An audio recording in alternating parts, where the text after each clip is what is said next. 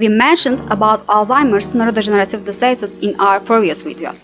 Although research is still ongoing, it is known that the symptoms seen in Alzheimer's originate from certain parts of the brain.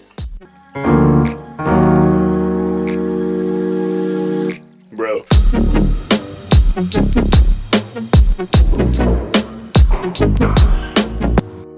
In this video, we will talk about the structure and parts of the brain.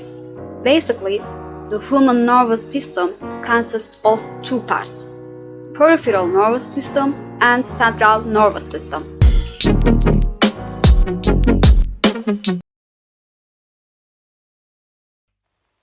The peripheral nervous system is divided into somatic and autonomic nervous system. There are composed of nerve fibers that receive signals from the body. The central nervous system also transmits the neural message coming from here to brain with the spinal cord. In other words, the central nervous system consists of the brain and spinal cord.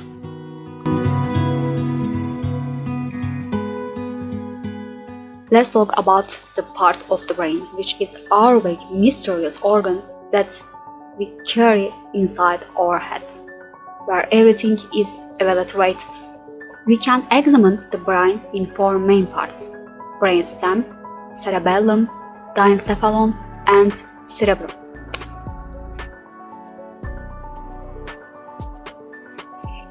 The brainstem is located in the lowest part of the brain.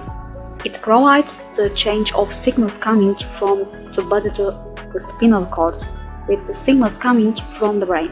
The brainstem consists of three parts, from top to bottom, called the medulla oblongata, pons, and mesencephalon.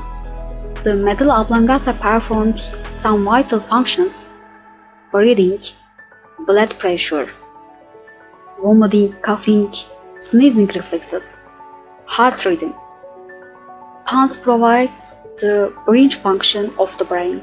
It also contributes to tasks such as controlling the sleep cycle, eye movements, facial expressions, and posture.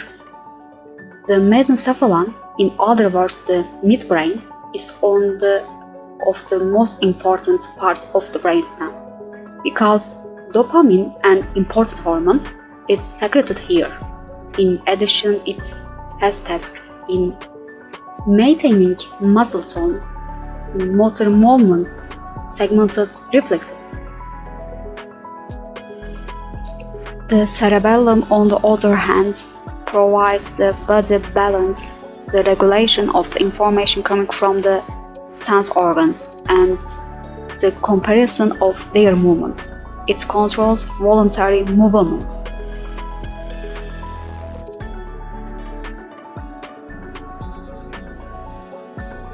The diencephalon is the intermediate brain that provides the transition between the hindbrain and forebrain.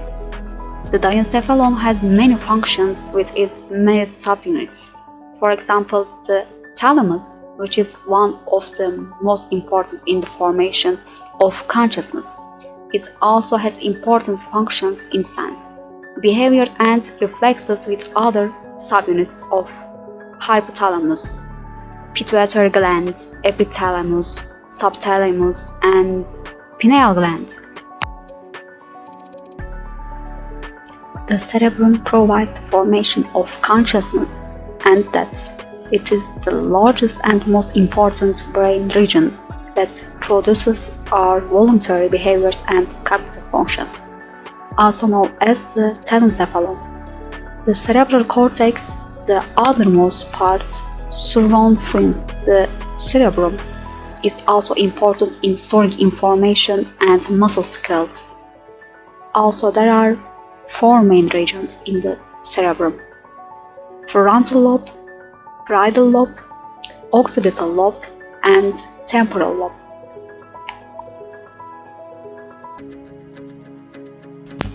So far, we have briefly mentioned the parts of the brain that are actually very complicated, and there are many more details about them. We will give some more detailed information, the structures, in our next video. We just wanted to get a little intro. Stay tuned.